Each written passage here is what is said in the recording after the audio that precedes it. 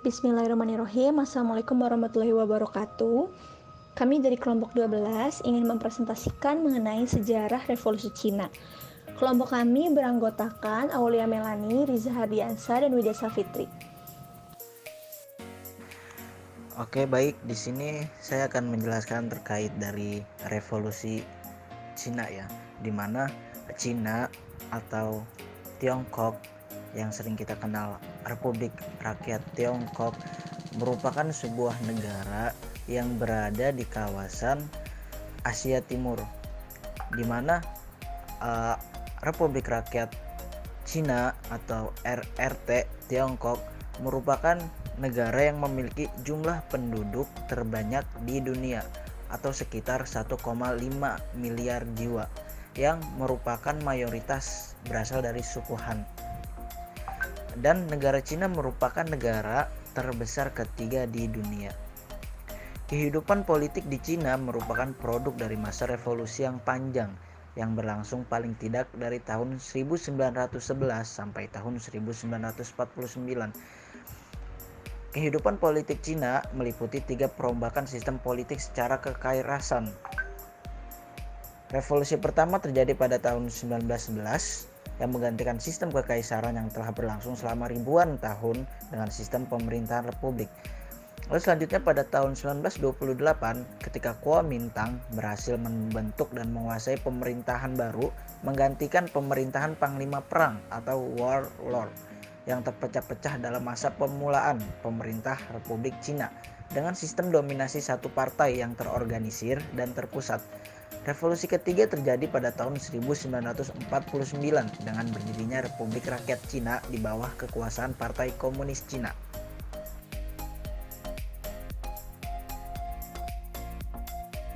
Slide selanjutnya mengenai Revolusi Cina pada tahun 1911. Revolusi Cina pada tahun 1911 merupakan sebuah revolusi yang berhasil menggulingkan dinasti kekaisaran terakhir Cina, yaitu dinasti Qing, dan mendirikan Republik Tiongkok. Revolusi ini sekaligus mengawali serangkaian revolusi yang terjadi di Cina selama abad ke-20. Revolusi ini terjadi sebab rakyat kecewa dengan kepemimpinan dinasti Qing, seperti kekalahan perang atas bangsa barat, ketidakcakapan kaisar-kaisar dalam memimpin, serta penderitaan rakyat yang semakin berat menyebabkan revolusi tak terhindarkan lagi. Proses revolusi Tiongkok terjadi pada tanggal 11 Oktober 1911 yang dipimpin oleh Dr. Sun Yat-sen. Ia mengorbankan revolusi dan bercita-cita ingin menyatukan seluruh Cina dalam satu pemerintahan yang didasarkan pada San Minchu atau 3 sendi kedaulatan rakyat, yaitu nasionalisme, sosialisme, dan demokrasi.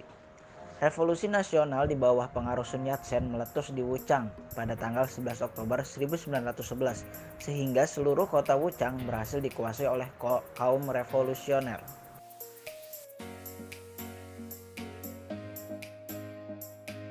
Selanjutnya pada tanggal 1 Januari 1912, Dr. Sun Yat-sen diangkat sebagai presiden dan Republik Tiongkok dianggap mulai berdiri pada tanggal tersebut. Meskipun Republik telah diproklamasikan, dinasti Qing tidak melepaskan gelarnya begitu saja dan tidak mengakui pemerintahan Republik sebagai pemerintahan yang sah. Karena tidak ada pengunduran dari diri resmi, secara de facto Cina memiliki 2 pemerintahan, yaitu Republik dan Kaisaran. Hal demikian hallah yang mengakibatkan Sun Yat-sen memiliki tugas untuk memimpin Republik Cina sampai dinasti Qing mengundurkan diri dan kondisi negara stabil. Pada tanggal 12 Februari 1912, hari ke-25 bulan ke-12 tahun ketiga pemerintahan Kaisar Xuantong, Ratu mengeluarkan dekret abdikasi yang berisi penyerahan kekuasaan kepada pemerintahan Republik.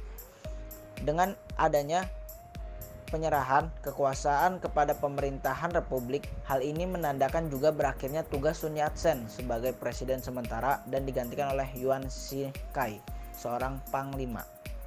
Yuan Shikai berkuasa antara tahun 1911 hingga 1916. Dalam masa kepemimpinan Yuan Shikai, Yuan merasa bahwa ideologi republik lebih bertahan lama daripada ambisi pribadi.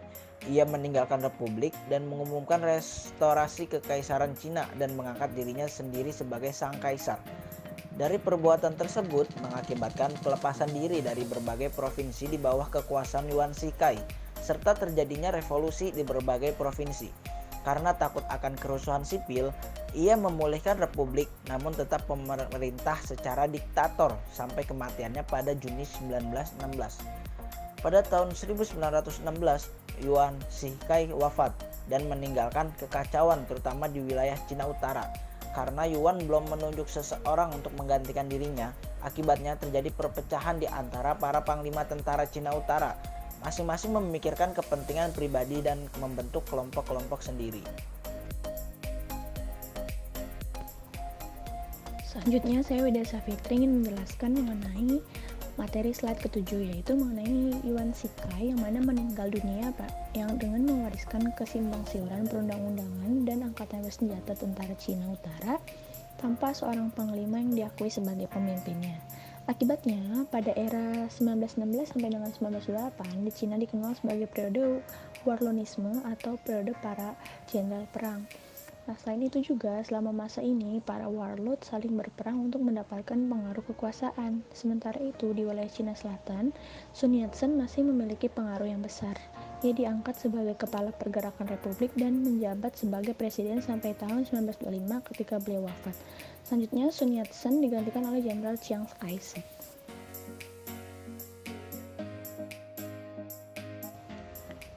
Selanjutnya, pada slide 8, yang mana membahas mengenai revolusi pada tahun 1928.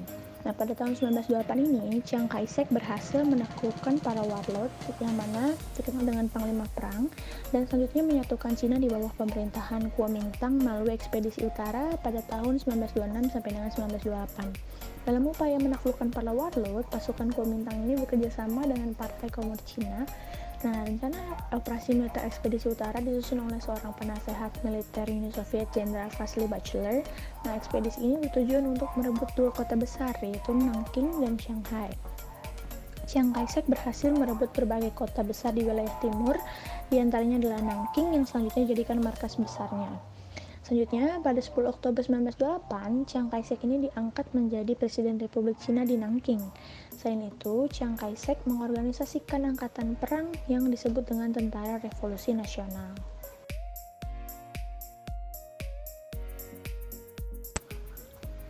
Selanjutnya, pada slide 9, yaitu mengenai Perang Cina-Jepang kedua yang berlangsung selama 1937 sampai dengan 1945.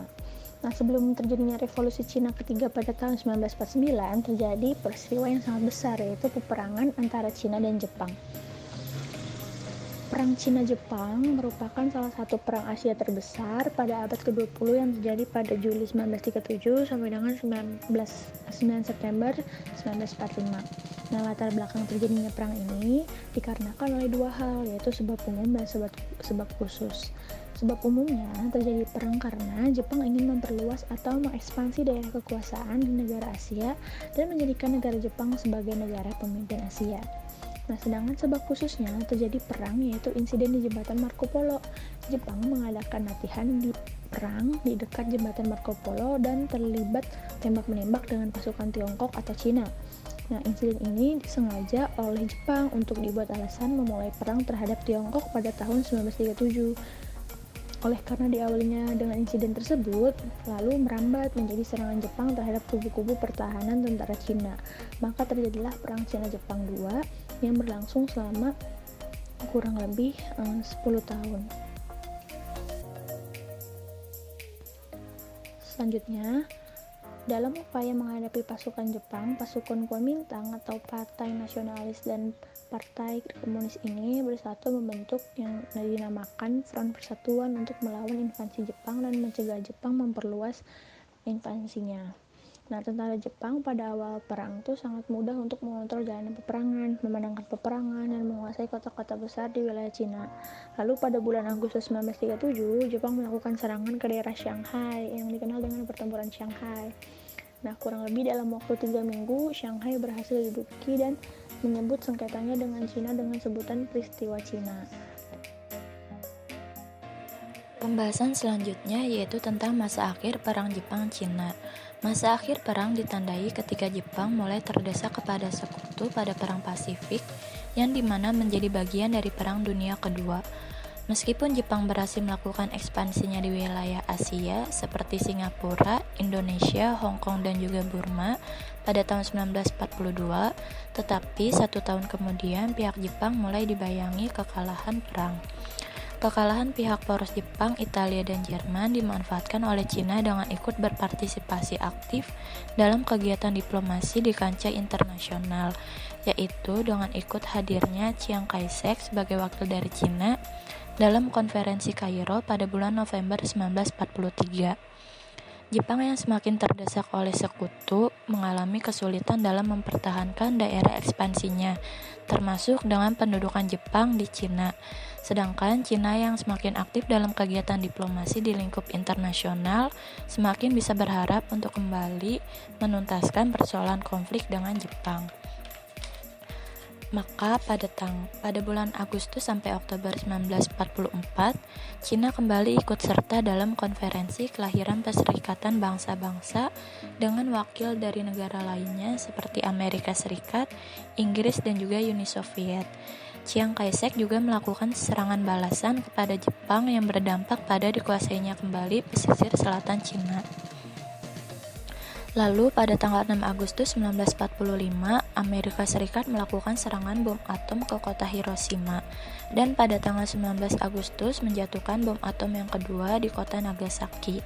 Setelah serangan bom atom tersebut, Jepang membuat suatu pernyataan yaitu menyerah kepada sekutu tanpa syarat. Dengan pernyataan tersebut, maka Perang Dunia Kedua telah berakhir. Seiring dengan berakhirnya Perang Dunia Kedua, akhirnya pada tanggal 9 September 1945, Jepang juga secara resmi menyatakan menyerah kepada Cina di Nanking dan menjadi pertanda sebagai akhir dari Perang Jepang-Cina yang kedua ini. Revolusi Cina 1949. Setelah Perang Cina-Jepang berakhir pada tahun 1945 dengan kekalahan Jepang dalam Perang Dunia Kedua, pertikaian antara pasukan komunis dengan pasukan nasionalis kembali memanas. Di bawah kepemimpinan Chiang Kai-shek, kelompok nasionalis mengobarkan perang saudara melawan komunis. Mao Zedong, pemimpin Partai Komunis Cina, pun membentuk pemerintahan yang berkiblat kepada Uni Soviet. Perang saudara kembali berlanjut setelah upaya negosiasi untuk membentuk pemerintahan koalisi pada tahun 1946 mengalami kegagalan. Adapun yang dilakukan oleh masing-masing partai atau pasukan yaitu pada Partai Komunis Cina, Panglima Angkatan Bersenjata Pasukan Komunis mengeluarkan perintah agar sebagian tentara merah memasuki Manchuria, di mana Manchuria merupakan daerah bekas kekuasaan Jepang, dan menuntut pada pemerintah Cina supaya perluncuran senjata terhadap bekas tentara pendudukan Jepang di daerah yang dikuasai Partai Komunis Cina dilakukan oleh unsur Partai Komunis. Selanjutnya, pasukan komunis semakin memperluas pengaruhnya di pedesaan melalui politik land reform. Adapun politik land reform yaitu pasukan komunis menjanjikan kepada kaum tak bertanah dan kaum tani yang kelaparan bahwa dengan berjuang untuk Partai Komunis mereka akan bisa merebut tanah mereka dari para tuan tanah.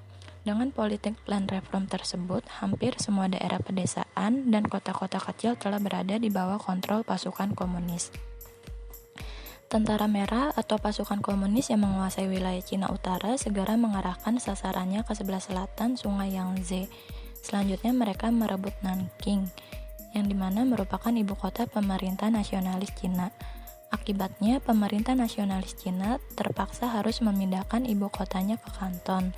Selanjutnya, Hangzhou, Shanghai, dan Qingdao berhasil secara berturut-turut jatuh ke tangan kaum komunis. Sedangkan yang dilakukan oleh pasukan nasionalis yaitu pemerintah nasionalis Cina meminta bantuan Amerika Serikat untuk membantu menyelesaikan masalahnya di Cina. Presiden Truman berusaha menghindarkan perang saudara di Cina dengan mengutus Jenderal George Marshall untuk bertindak sebagai perantara bagi sengketa antara pemerintah nasionalis dengan Partai Komunis Cina. Yang kedua yaitu melaksanakan peleburan tentara kedua belah pihak menjadi satu tentara nasional. Namun, sepeninggal Marshall, pertempuran antara pemerintah nasionalis dengan pasukan komunis kembali terjadi dengan skala yang semakin meluas. Upaya perdamaian kembali dilakukan oleh Marshall, tetapi gagal dilakukan. Setelah separuh wilayah Cina berada di tangan kaum komunis, maka Mao Zedong mulai mempersiapkan pembentukan suatu negara Cina sebagaimana yang dicita-citakan oleh Partai Komunis. Langkah awal ialah dengan membentuk panitia persiapan Majelis Permusyawaratan Politik. Dengan strategi desa mengepung kota, Partai Komunis Cina berhasil menyingkirkan pasukan nasionalis dan pada tanggal 1 Oktober 1949 memproklamasikan berdirinya Republik Rakyat Cina yang beribu kota di Beijing. Bendera nasional Republik Rakyat Cina berwarna merah melambangkan revolusi dengan 4 bintang kecil berwarna kuning di bagian pojok atas yang masing-masing melambangkan kelas buruh, kelas tani, kelas borjuis kecil, dan kelas borjuis nasional, serta sebuah bintang besar berwarna kuning yang dilingkari 4 bintang kecil tersebut yang melambangkan kepemimpinan Partai Komunis. Setelah pernyataan berdirinya Republik Rakyat Cina, Uni Soviet segera memberikan pengakuan kedaulatannya atas Republik Rakyat Cina dan memutuskan hubungan diplomatiknya dengan pemerintah nasionalis Cina. Negara-negara satelit Uni Soviet ikut menyatakan pengakuan kedaulatan bagi Republik Rakyat Cina. Pada tanggal 6 Januari 1950, Inggris menyatakan pengakuan kedaulatan terhadap Republik Rakyat Cina, sehingga Inggris merupakan negara demokratis barat pertama yang mengadakan hubungan dengan pemerintah komunis Cina.